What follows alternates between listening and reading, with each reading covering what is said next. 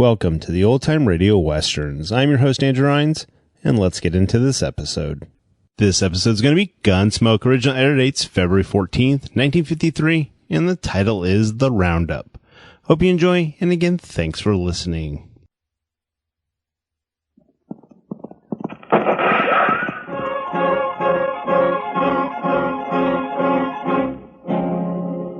Around Dodge City and in the territory on west, there's just one way to handle the killers and the spoilers, and that's with a U.S. Marshal and the smell of gun smoke.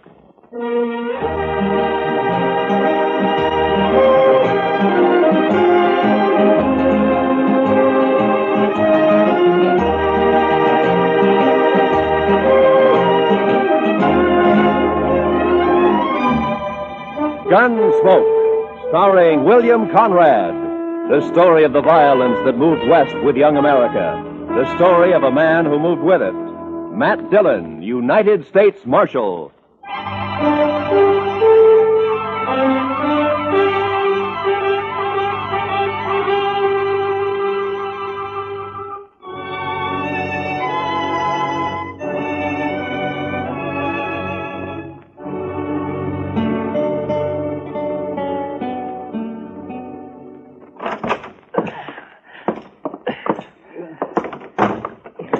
Is he heavy, Matt? Oh, somehow it was easier carrying him up to your office and back down, Doc. Where are you going to put me, Mr. Dillon? Yeah, well, on the couch here, I guess.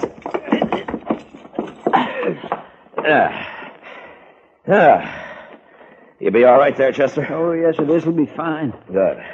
I'm sure sorry I'm so much trouble. Chester, next time, try to land on just one foot. Even if you break a leg. I know. A man's in a terrible fix when he sprains both ankles. He sure is, Doc. I don't know what I'm going to do. I know what you're going to do. You're going to stay right there on that couch, and you're going to sleep there, too. Maybe Doc and I'll bring you in something to eat every day or two. Oh, no. It's better than you deserve. I know. I've been saying over and over to myself, Chester, you fool, you. Well, the wages of sin, Chester. You were lucky to get off as easy as you did. The way I heard it. Come on, Chester. Tell us what really happened, huh? But I did tell you. I was looking out this second-story window, admiring the view, so to speak. And the next thing I knew, I fell. That's all right onto the street. He didn't say whose window, Chester. In Texas, Doctor, a gentleman don't mention such things. You ain't in Texas. Well, sometimes I wish I'd never left. Like now? Yes, like now. Many a reputation's been ruined by just such loose talk as you're making, Doc. Never mind Doc, Chester. He's jealous, that's all. Oh, jealous? Putting tracks in a man's yard? Not me. Not by a long shot. Why, no, sirree. Good morning, Marshal. Well, good morning, gentlemen. What can I do for you, gentlemen? Oh, there's Chester. Heard about you, Chester. I heard... Never mind what you heard, Torp. Chester just got thrown from a horse, that's all. Yeah. All right. What is it you want here, gentlemen? Yeah. All right, you tell him, Summers. Well, Marshal, it's about tomorrow night. Oh? So, what about tomorrow night? Well, you know, it's the roundup. The sale season's over. There'll be 1,000 cowboys celebrating in Dodge. Well, they always do at the end of the season. What about it? Well, there's going to be more of them this year, and there'll be a lot of homesteaders in town, too. It's going to be worse than ever. Well, I expect that. There could be a lot of trouble, Marshal. Yeah, there could be, Summers. Just what is it you want? Well, we've talked it over, and we want you to get a lot of good, tough men together, maybe about 20 of them, and deputize them. That way, there won't be any trouble. Yeah. That's what you want, is it? Yes, we do. Look, Summers, my job's to keep the peace around here, and I'm going to do it, but I'll do it in my own way. Oh, I know, Marshal. Now, you but... turn 20 deputies loose in that crowd looking for trouble, and they're going to find it. As soon as the wild ones heard about it, they'd bunch up and shoot it out with every one of them. Why, it'd turn into the worst slaughter Dodge's ever seen. I think that's about the most fool idea I ever heard of. Yeah, no reason for you to talk like that, Marshal. I think it's a good idea. I sure don't want my place wrecked just 'cause you're mule-headed. You're a gambler, Torp. So, So you can take your chances along with everybody else. Now, if you don't want that, then close your place up tomorrow night. Lose all that Texas money? That's not likely. Now, we're not all gamblers, Marshal. They can wreck my dry goods store just as fast as a gambling house once they get started. And it's up to you. That's right. It is up to me. And we're going to leave it that way. Then you won't do anything. I'll do everything I can. I don't know, Marshal. Look, Summers, I know you've got your doubts about me. That's natural. Some people think I'm too lax with Front Street. Some think I'm too severe. But that's the way of it in any town. If a peace officer does his job well, he pleases nobody. Marshal, we didn't come here for a lecture. What did you come for, Torp? Maybe you had in mind to help me pick out those deputies. Is that it? A matter of fact, I could, Marshal. Yeah, sure. In a couple of hours, yours would be the only tables open for play. No, that's not what It's been done before, Torp. Is that too, Torp? We're not going to take his word for anything, are you? I don't know. But anyway, he won't listen to us, so it's his responsibility. Come on, men, let's get out of here. I hope you can handle it, Marshal. Goodbye, gentlemen.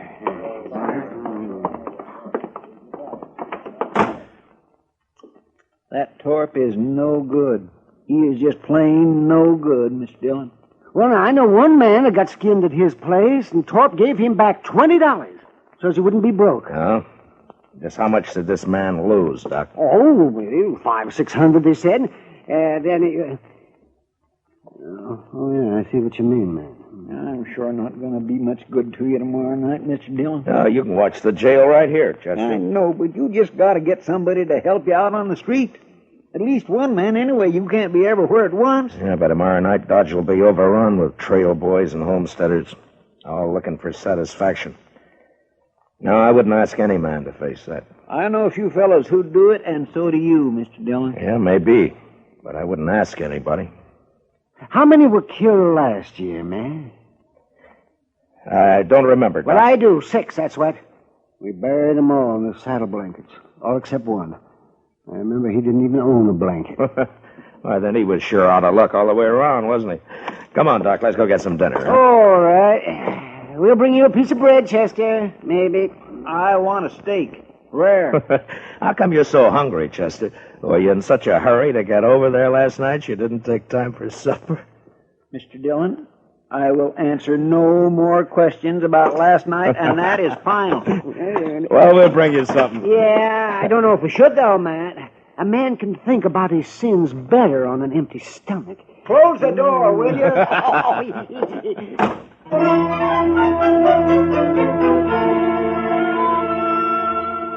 The next morning, I had Mr. Hightower print up some signs for me, with a few rules that I made up for the roundup. They were fair and reasonable, and I hoped they'd be accepted without question.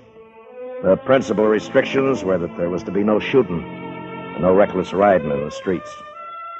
That afternoon, I went from saloon to saloon and left a sign at each one. The Texas Trail was my last stop, and there I sat down with Kitty for a short beer. Town's beginning to fill up, Matt. Yeah, it'll be swamped to the dashboard by dark. You, expect trouble tonight? I always expect trouble, Kitty. Yeah, I know. Matt, I heard something. Yeah? I heard Torp and a few of his men cut cards last night. So? I don't know who it came out for, but Low Man is supposed to kill you. Oh. When? Tonight, I suppose. Why's Torp after you, Matt? Torp says he wants an open town, Kitty. But what he's really after is somebody who'll close down every game but his. Who's this, Matt? What? Rough-looking traveler headed this way. What? Well, I'll be. Why, it's Zell Matlock. Zell! You old badger. How are you? Zell, it's been a long time. A long time. Here, come on over here. Sit down. Sure. I'd like for you to meet Kitty. Kitty, this is Zell Matlock. This is Kitty. Glad to know you, ma'am. Just rode into Dodge an hour ago. Yeah, it's your first time in it, Zell. Hey, would you like a beer? Huh? Don't mind. Good. I aimed to get drunk tonight, but before I got started, I thought I'd look up their peace officer and shoot him. I'd be sure to tangle with him before the night's out. I always figure it's safer to do it sober. So He half means that, kid. So I asked around and found out the man's name is Matt Dillon, United States Marshal. I've seen it all now. Well, I hope you're not disappointed. I'll tell you, Miss Kitty, I knew Matt Dillon before he got civilized. Why, we had to tie his leg up to give him a haircut when he came to town. Don't you believe a word that he says, kid. Yeah, the wilder the coat, the better the horse, Matt. Mm-hmm. But you was all right. The only trouble with you was that fool honest streak you always had.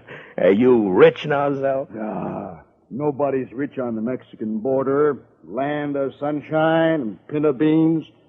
I hired out to a general over in Chihuahua 3 years ago. I lost 20 pounds and was lucky to get back at all. Well, haven't you learned to stay out of Mexico yet? No, I met the man he wanted me to shoot and turned out to be a better fellow than the general. So I told him I'd been hired to kill him and then rode for the border. The general lost 3 soldiers who tried to stop me from swimming the Rio Bravo. You must be pretty handy with a gun, Zell. Yeah, just fair, ma'am. But when I take my gun out, I go right ahead and use it. Some people stop and think for half a second. There's a roundup in Dodge tonight.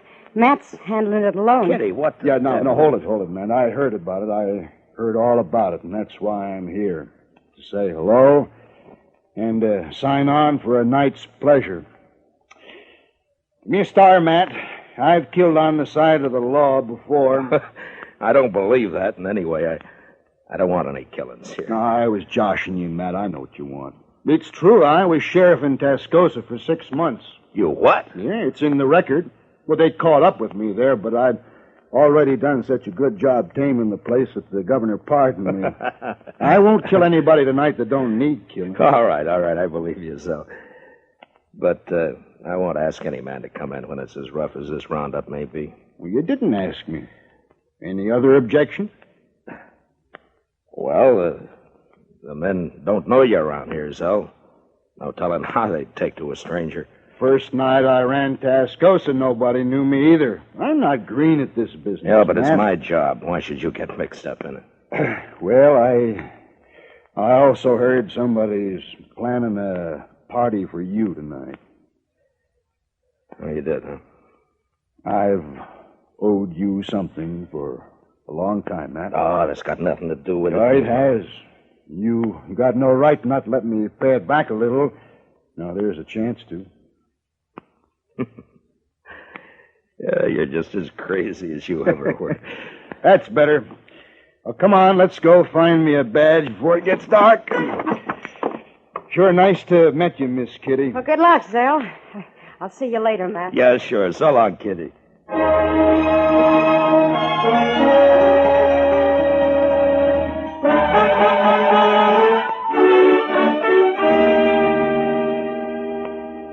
You sure been a long time coming to Dodge, Mr. Matlock. What do you mean, Chester? Well, I've heard Mr. Dillon mention you a lot, but the way he talked, I wasn't never sure you were still alive. Oh. Well, I was never sure either, Chester. You know, Zell isn't the most cautious man I ever knew. You think being a U.S. Marshal isn't asking for an early grave, man?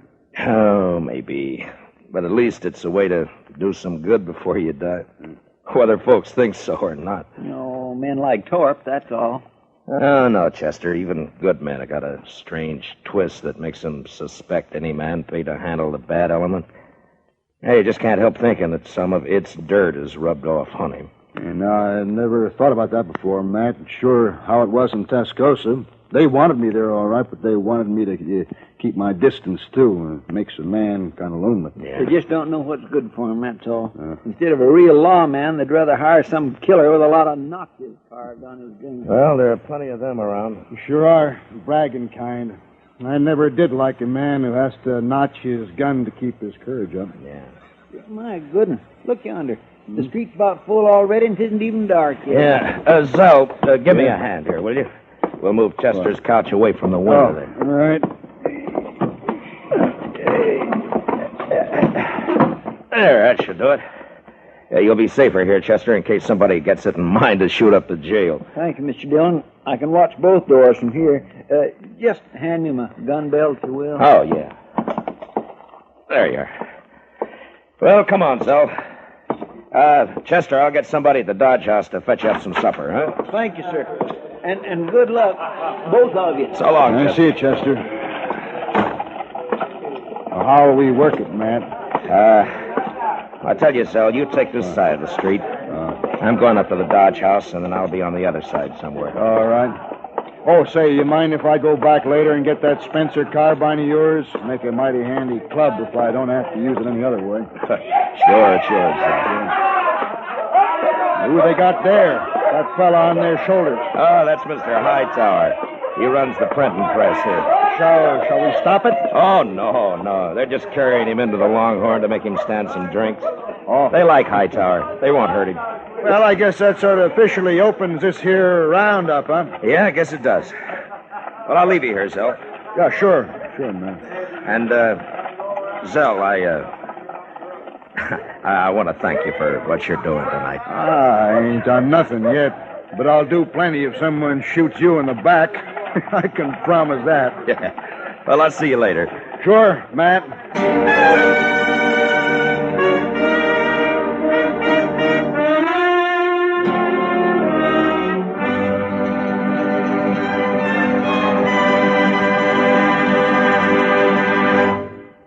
We will return for the second act of Gunsmoke in just a moment. But first, Sunday nights, you are cordially invited to Escape via CBS Radio.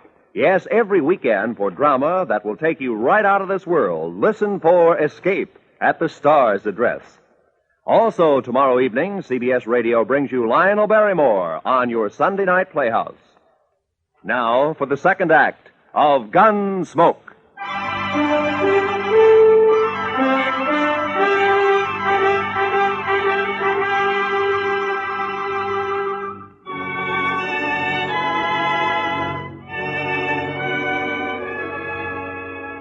When I came out of the Dodge House, Front Street was so full that if anybody had been shot, the crowd would have carried him along like one of the living.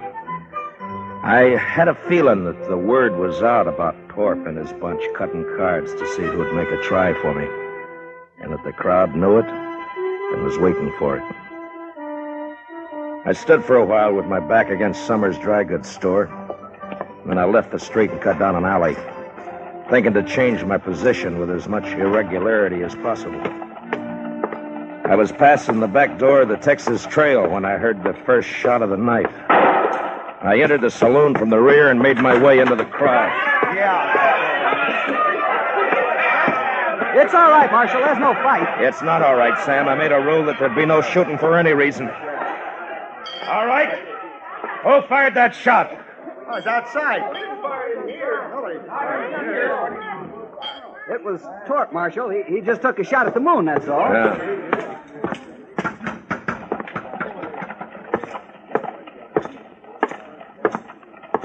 All right, Torp. Put the gun away and come over here. I'm bothering nobody, Marshal, excepting maybe you. Stand back, everybody. I said that's enough, Torp. No, it ain't, Dillion. This time I got the jump on you. You ain't pushing me no more. Torp's bullet just grazed my arm. Then I put one in his head and another in his chest. And at the same time, out of the corner of my eye, I saw a figure with a gun in each hand move out of the shadow of the alley and turn toward me on the boardwalk. And without really looking, I dropped him with one shot. And then I faced the crowd and waited for the next move.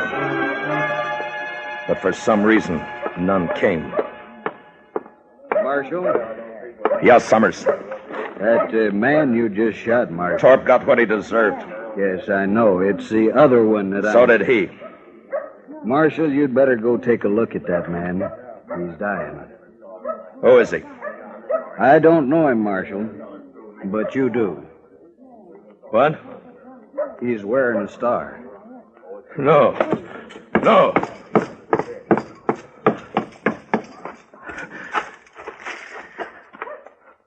Oh, Zell. Zell. Matt, I think that did it. No, so. No. It's my fault. I crossed the street a while back. Left the carbine with Chester. It's no fault of yours. Matt? Oh, there you are. Oh, Matt. How is he? Oh, goodness. No use, Doc. Thanks. So, I Now, listen. Listen to me, Matt. You did right. The only thing you could do. It was my fault. I shouldn't have crossed over and come up behind you. Anyway, Matt, I ain't been living on my own time ever since that day you pulled me out of the mob in Alamogordo. I never thanked you for that. Guess I never will. Now, Matt, so long.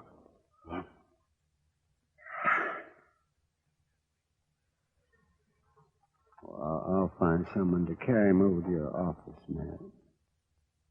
No. I'll carry him.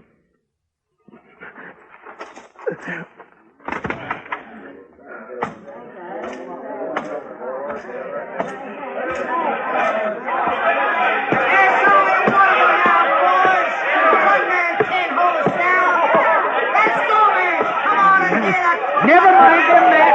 They're just windbags.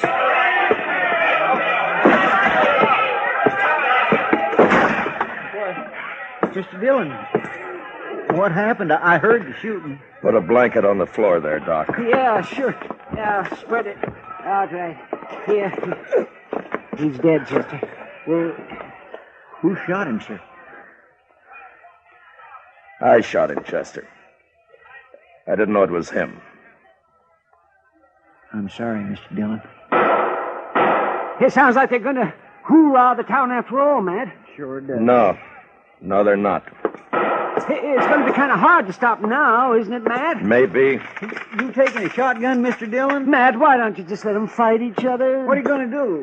I'm going to close Front Street. You're going to close... Oh, no, what? The party's over in Dodge. Mr. Dillon, you can't do that. There'll be trouble if I don't. The mob's tasted blood now. They'll shoot you sure as I'm a-laying here. Will they? All right, I can't stop you, but I sure do wish I could go with you. Yeah, Matt, I'll go. Maybe if they see me, they won't be so quick. Thanks, but this isn't your job, either one of you, but thanks.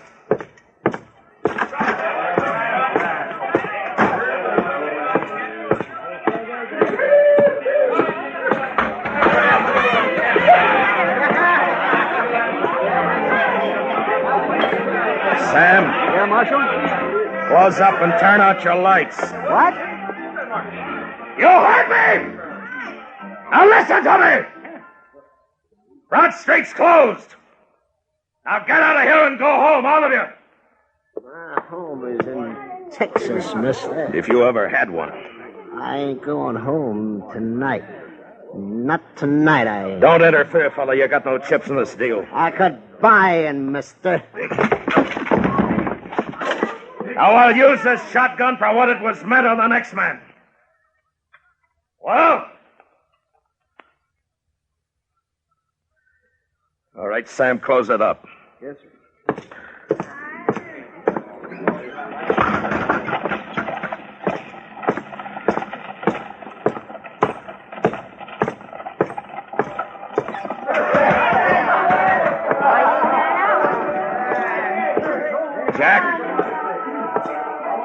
Jack.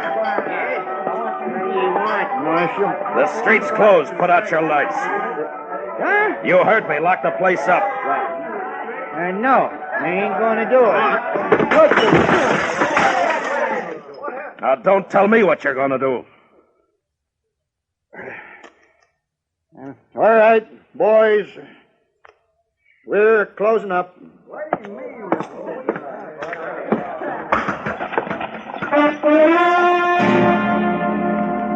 That took care of the Texas Trail and the Longhorn. And I moved on through the Oasis and the Alafraganza, then to the smaller bars that infested the outskirts of town. When I came back up Front Street, the crowd had thinned, its fever broken. I'd left Torp's place for the last. thinking to give his men a chance to get out of town before they face me. There was a gambling hall on the same side of the street as the jail. And when I reached it and entered, there weren't more than a dozen men there. And most of them stepped quietly past me out into the street. What was left didn't seem to count for much. Looking for somebody, Marshal? You a friend of Torp's? Yes, I was. Why? Who else here worked for Torp? Everyone's gone, Marshal. They heard you were all riled up and they left. And you're alone. And still in bad company. I wouldn't ordinarily take that. Well, go ahead, mister. You're calling it. No. Not now. What's stopping you? Oh, if it's the shotgun. Now, does that make it easier for you? I haven't been looking for you, Marshal. You were in on the cut, weren't you? Torp's dead, Marshal. Isn't that enough? Torp! Mister, one of the best men I ever knew died tonight. And I killed him. I'm not a gunman, Marshal. You wouldn't be proud killing me. What does a man like you know about pride? Now, you get out of Dodge, and you get out fast. But I don't... You want to die in this place right now? No. No, I'm leaving. All right, hurry.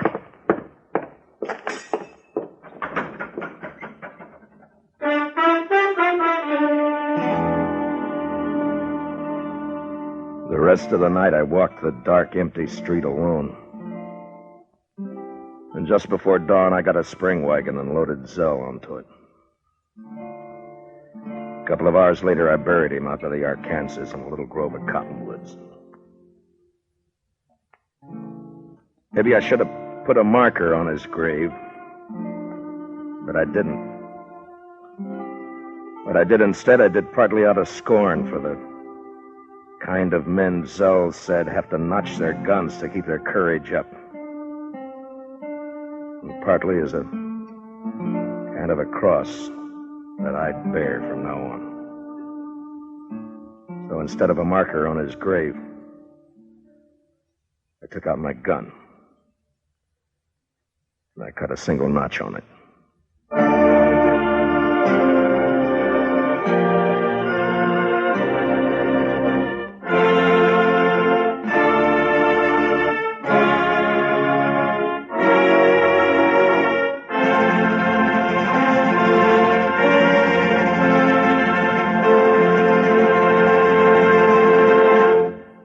Gunsmoke, under the direction of Norman Macdonnell, stars William Conrad as Matt Dillon, U.S. Marshal. Tonight's story was specially written for Gunsmoke by John Meston, with music composed and conducted by Rex Koury.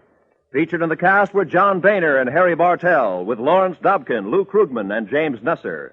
Parley Baer is Chester, Howard McNear is Doc, and Georgia Ellis is Kitty.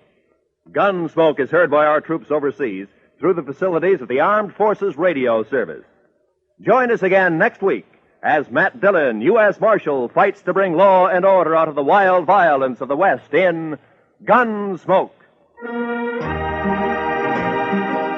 Listen to CBS Radio for Spring Byington as December Bride. And say, after you hear December Bride tomorrow night, listen for the important announcement about its new night and time on CBS Radio. This is Roy Rowan speaking. And remember, Amos and Andy are here every Sunday on the CBS Radio Network.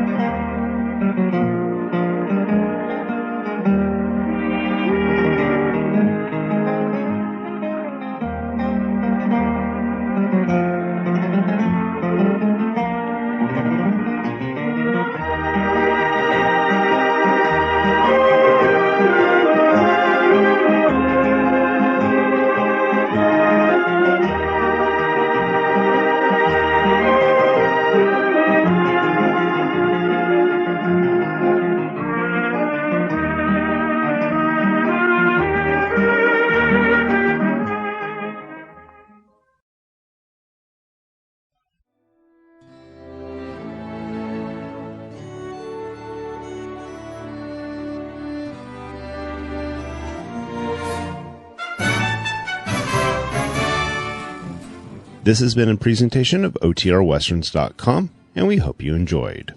Please take some time to like and rate our shows in your favorite podcast application. Follow us on Facebook by going to OTRWesterns.com/Facebook. Subscribe to our YouTube channel by going to OTRWesterns.com/YouTube. And send us an email, podcast@OTRWesterns.com. You can call and leave us a voicemail, 707-986-8739. This episode is copyright under the Attribution Non-Commercial Share Alike Copyright. For more information, go to OTRWesterns.com/copyright. Have a great day, and thanks for listening.